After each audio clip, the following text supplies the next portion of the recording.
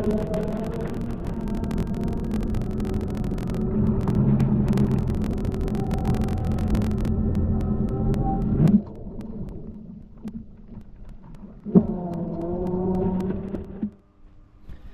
everyone, thought I'd do a video on my foil assist. I've had it coming up to 20 months now. I bought it originally when I wanted to try and learn how to sup foil, and I was using it on a big like 7 foot plus sup foil board, and yeah, it was something to add to it for to get me a bit of technique and to be able to actually get myself up. And I got it from a company called, at the time they were called Easy Foil, and based in the UK. They've now rebranded, they're now a company called Hybrid Foils. I originally went for them because they're a British company. I wanted to be able to buy something that was going to be able to get spare parts for fairly quickly. I also wanted to be able to talk to people if need be on the phone, and the other reason I got it was because their motor and their system was the most powerful that I could find. This gives 29 kilograms of thrust, and at the time, you know, with my weight, I just thought everything I could do would be the best. So the reason I'm sort of doing this today really is that I log all my sessions, because I try and see how many battery cycles I've done. I've got 2 of these batteries. One's a lot older than the other. I'm trying to catch the other one up, trying to use them, you know, trying to get them equaled out. And today was its 150th session. So yeah, it's done really well as a system. I'm really pleased with it. Like I said, it was a British company. They are pretty yeah, they're pretty good at coming up with innovations. When I first got it, it originally came with a 2-bladed folding prop. The next thing they did is they came out with a slightly bigger hub. I don't know if you can see the difference there.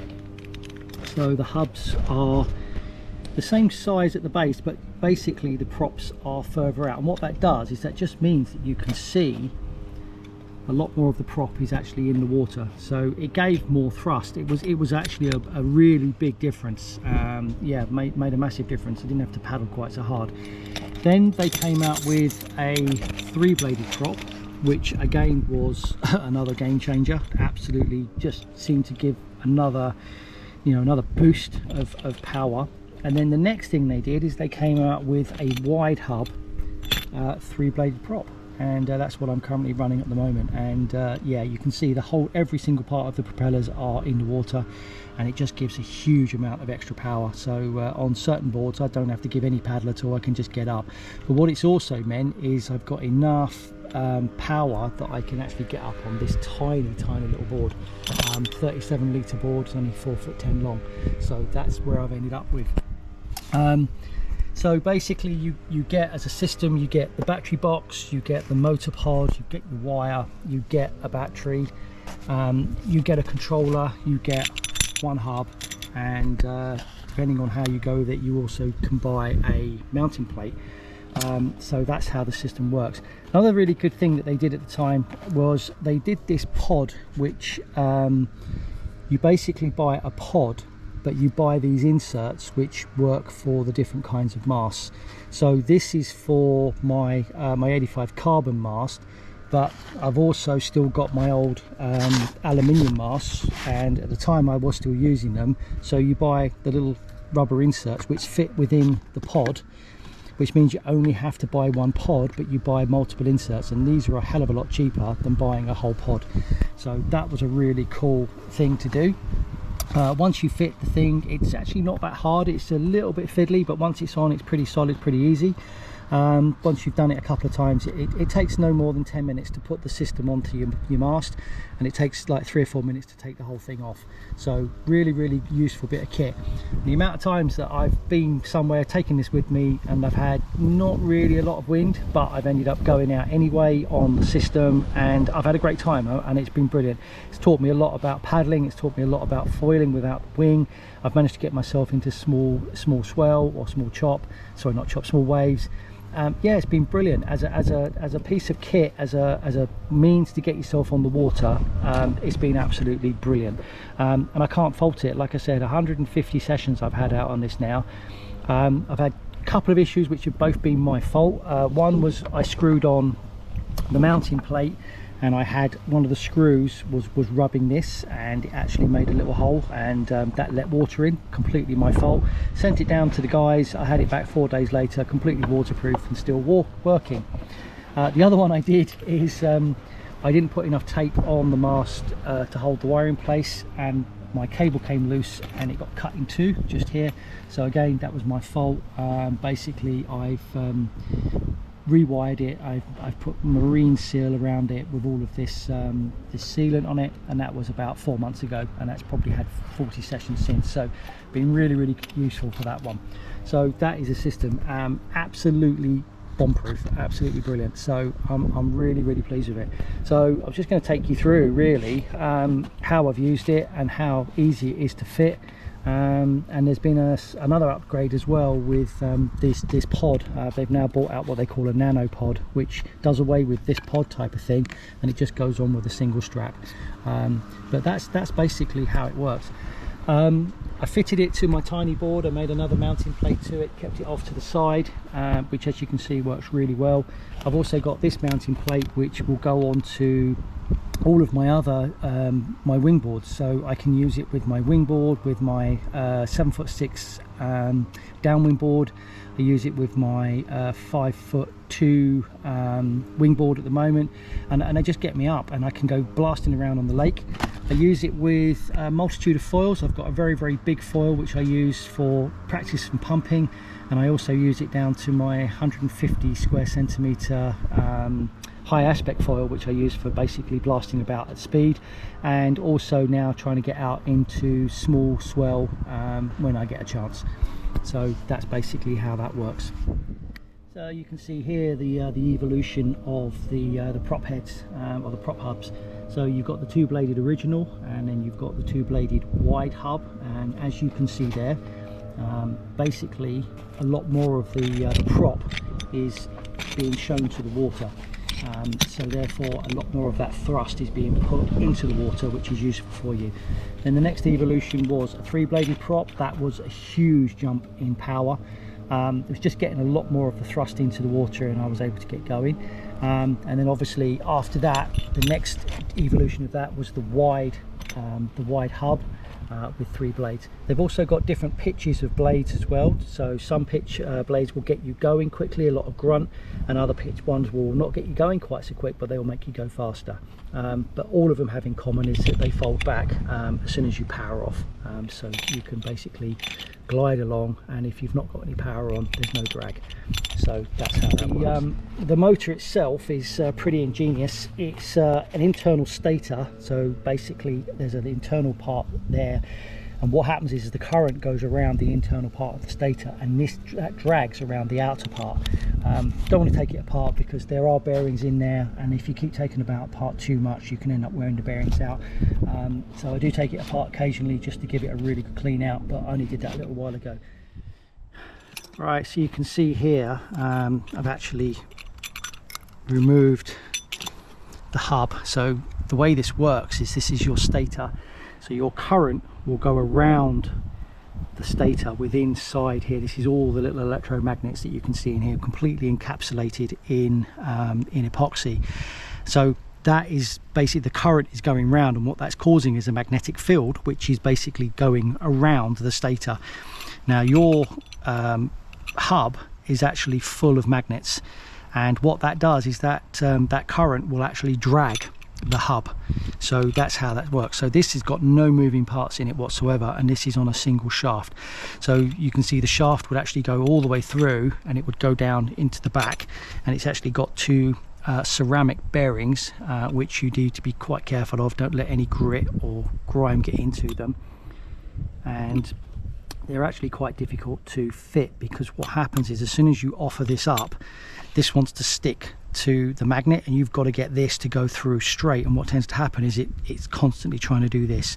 So this is where you've got to be quite careful, because if you keep removing it and you start to bang it, what will happen is these little ceramic bearings will wear out, and if they start to get wear on them, they'll vibrate, and then obviously the more they vibrate, the more they wear out. Plus also you'll start to get a lot of wear on the outside of your hub. You can see here that this is where this tends to touch a little bit, and it wears the paint away. So every now and again I basically just give them a wipe out and I give them a spray just to keep them covered in in oil.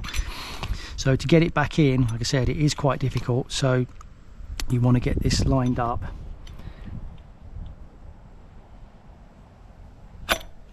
And then this here is because it's on that back bearing, so what I've got to try and do is wiggle it, and it is actually sometimes very, very difficult to do.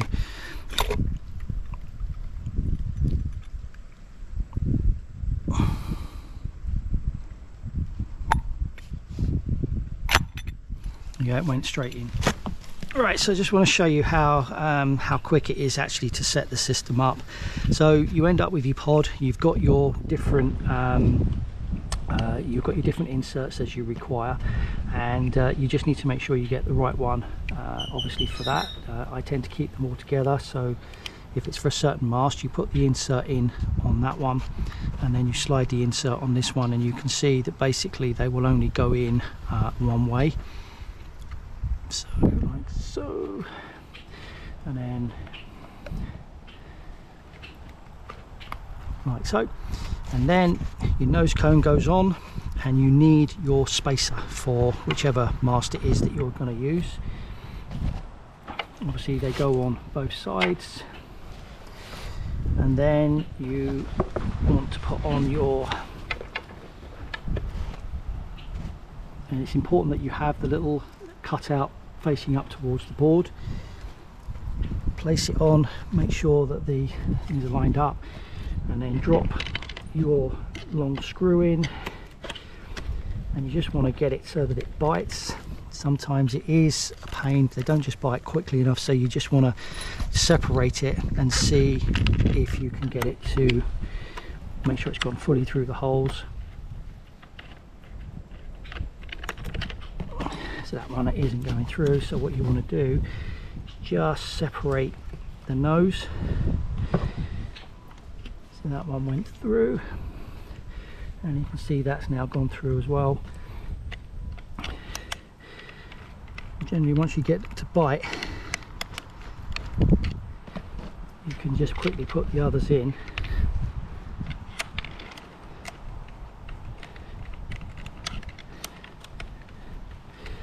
Now before you tighten it up, you want to make sure that you've got it in the right position that you want it, and also that it is straight, that it's actually 90 degrees to the mast. If you have it like so, it's going to basically make your riding a bit weird.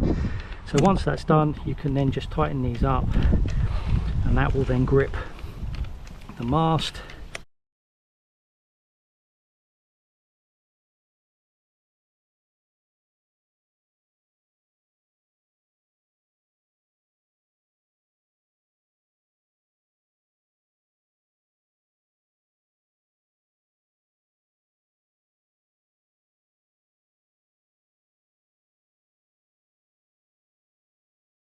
That was nice and tight. You don't have to go completely gorilla on it. Okay, that one's nice and tight as well. You can see now that is not moving. That will not move up or down. So next thing you would do is you would get your pod, your motor, and you would then fit it, and obviously that's where you need to have that little cutout facing upwards, and then you get your 3 little screws,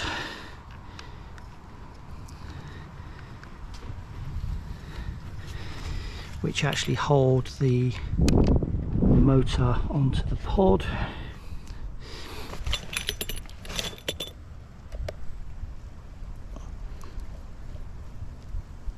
That's nice and tight. Okay, it's nice and tight, and there we go. And then the last thing you would do is you would then take your excess cable up here, and you would just then tape it and make sure that it's all nicely out of the way. What you get is you get these little spacers, so you can see that's where your mast would go, and then what that does is that just holds your cable without touching the mast, and then you would just use your insulation tape to make that nice and aerodynamic basically, and then you would then move that all the way up to the top of the mast. using your little spacer things, and then your cable will then go onto your board. So once you've actually secured your cable with your insulation tape or your electrical tape, your cable will then come up however it wants to come up on the board, and what you then have is these little clips here which you push the cable into, and that holds it in place and then takes it where it wants to be, away from your feet. So that's how that works. Obviously when you're ready to go, you would secure your battery box,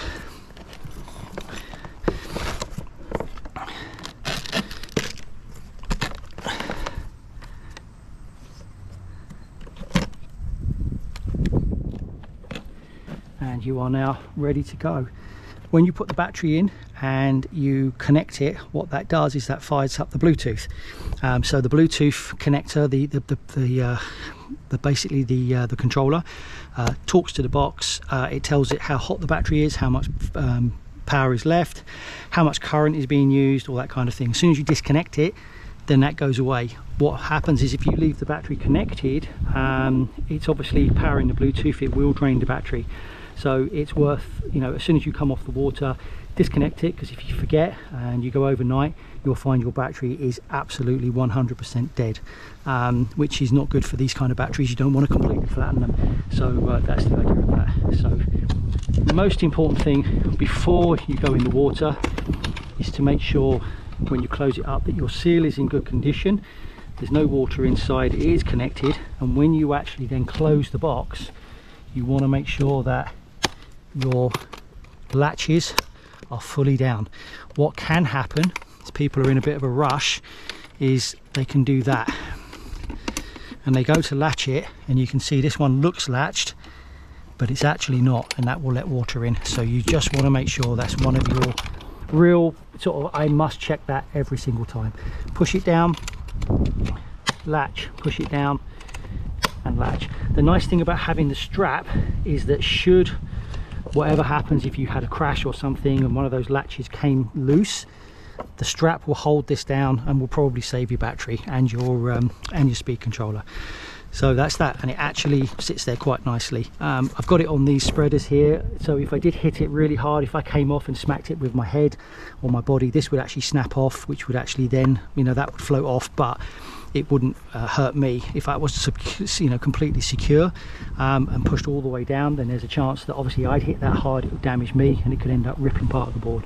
So it's a bit of a sort of you know, a break off safety thing type of thing. So that's how quick and simple it is to set the system up. And obviously if I wanted to use this for kiting or something like that, undo those 4 screws, that comes away. These will stay on all the time, they don't get in my way, and obviously there's nothing else on there that really says that this is being used as a as an e-foil.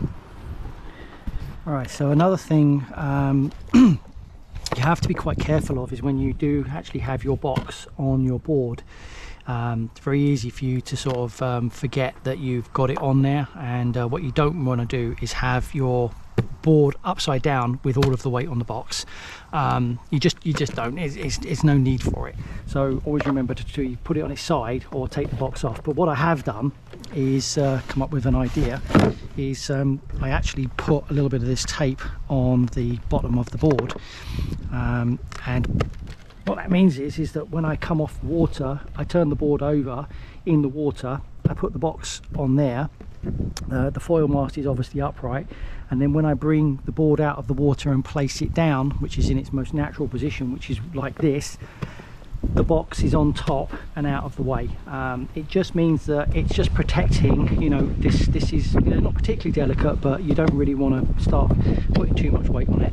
So yes, okay, this will make the board a little bit less, a little bit slower to get up onto the foil, but you know, it does it anyway. It doesn't even notice that it's there. So it's just an easy way, goes like so. That'll stop it slipping off, and then I can turn the board upside down and it's naturally easy to carry the board like so. The other thing is, obviously if it's on a bigger board, just make sure you put it on its side. So that's just one little thing I've done like that. So you saw how quickly it was to put it on. So what I'm going to do now is I'm going to just take it off really quickly, because I've now got the latest upgrade, which is what they call a Nano-pod, which means that you don't have to have all of this with the screws and everything. It should be quite easy to go on. So let's take this off. So first thing I'm going to do is take the motor off.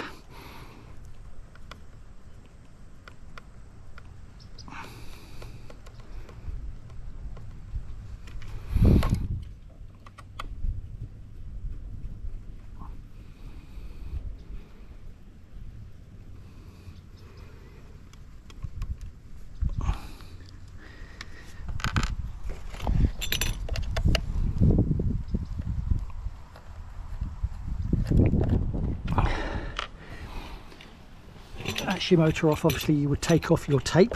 That is, your system is now free of the board. So to take the actual pod off, it's just a case of unscrew everything fully.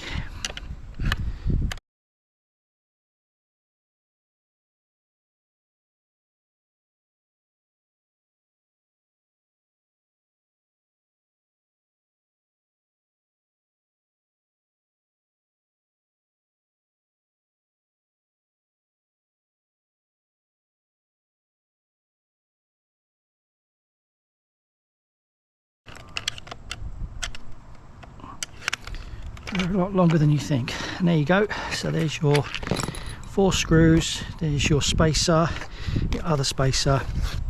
There you go.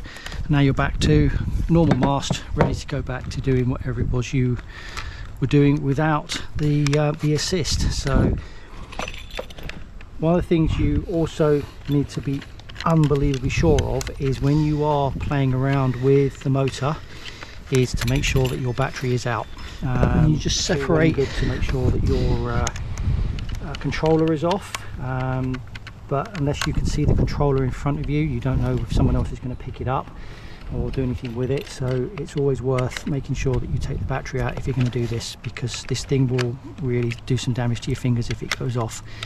So there you go. So that was how quick it was to remove the system.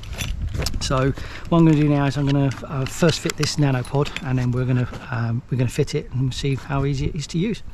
Right, okay, so before you fit this, you need to actually place the strap inside. So what you have to do is you thread it into the slot, and you can see there's a little metal bar there that goes in, and you push it home. Obviously your screws will more than likely fall out now. First time you do this, you will actually fit it, and then you'll have to actually then cut the strap. So before you do it, your strap will actually look like that. It will have a lot longer than it needs to be, and it will have an end on it. And the idea is, obviously you've got to fit it to the mast that you're using and the position on the mast that you're using. Obviously if you've got something like an Armstrong, they're very narrow, so if you then try to fit that to, say, a gong, it would be too short. Same as if you was on a gong and then you went to an Armstrong, it would be too long. So I've already basically set this one up. So what I'm going to do now is I'm going to fit this. So there's my notch, there's my cable, pop that one on, and then I'm just going to screw these on. And what's nice is you can actually see the back of my shaft here. So if I was to get some WD-40 and put that in there, that would actually go directly down the shaft through the bearings. So that's a lot better than it was before.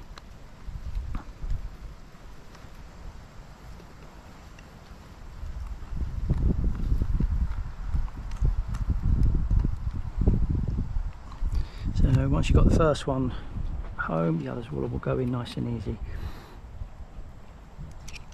So once I'm happy with the positioning of this and how it's all gone together, then I'll more than likely release these off, put a little bit of liquid thread lock in there, because I don't intend to take this pod off anytime soon.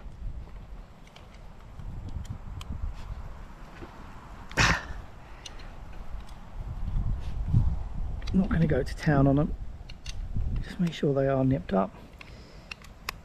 And there you go. So the next thing we want to do is now put our mast specific insert. So it is actually very tight. Got to get that all the way down, and you can see the gap is almost there. But what I'm going to do, just to give it a little bit more help, I'm going to put that onto the mast, and I'm going to give it a really good push, and that's now got that through. So grabbing hold of the actual pod itself, don't grab hold of the motor, because what will happen is you'll pull this off. So you just wiggle it loose. And the way this now works is that you will feed this through over the top of that little notch there, and then you'll use a tool or a pair of pliers or whatever just to get it to seat over that notch, and then this, basically because you've cut it to size, will then tuck inside and be out of the way. And then you have a little cover which you then put over the top and you screw on. So let's try doing that on the mast. So I'm going to mount it where I normally have it, which is just above halfway up, simply because I like to be able to ride, you know, a little bit like e-foily, but also a little bit sort of as if I'm going to try and pump. So you've got a little tool here, so if you push that in, put this little tool in the first notch, in the first hole, and then what I'm going to do is stretch that over the top of that little notch. That's now basically grabbed, as you can see there, and then I'm just going to tuck the excess away in that little slot there.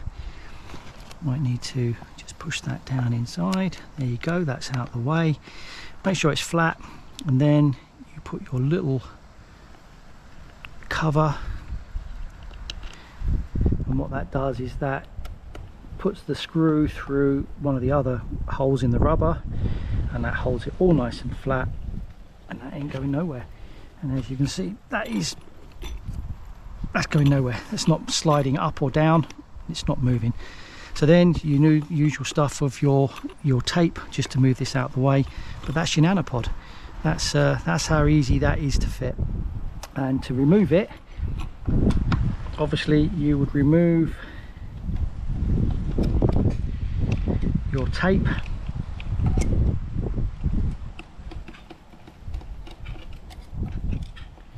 pop that off, done. Simple as that, easy peasy.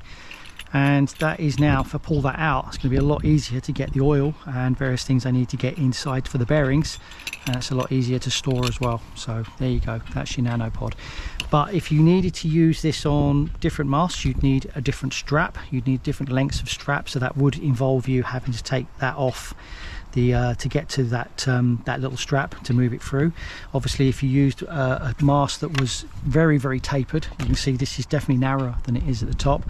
If you was right up the top, then you want to use right down the bottom, you probably need another strap as well. But fairly easy to do. So basically put it in, fit it, get it nice and tight, mark it, then cut it, and then that's basically ready to rock. So that's now easier to store, and that's also by removing that little that insert, you're going to be able to see the back of the bearing, which means you're getting oil inside the stator onto the bearings, which is a great thing to have. Obviously pop your door back on and secure it so you don't lose it. Right, so to get you on the board, obviously I've got a floaty foil and I've got a battery, so it wants to go on one side. First thing you want to do is turn your controller off.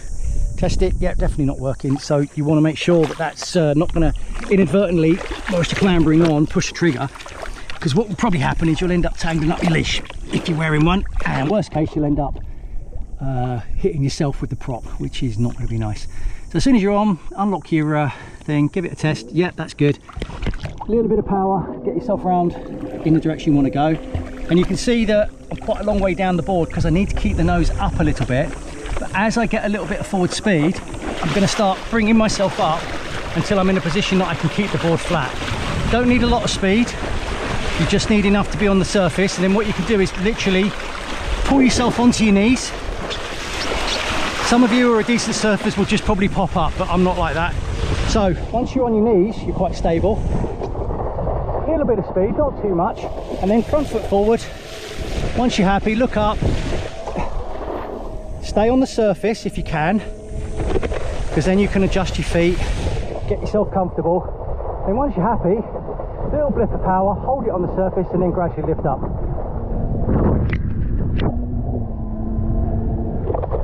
So my foot's not quite in the right position, so I'm going to drop onto the surface, adjust my foot. That feels better. Whew.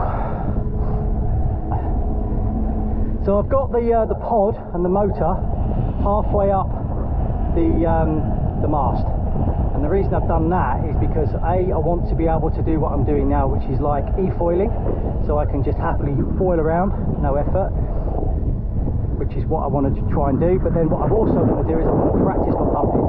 So I've got it halfway up, so what I can do is if I pick up a bit of speed, I can come up onto the mast and then I can pop, kill the power and glide down, catch it again, and I can practice that, trying to get more and more feel for the foil.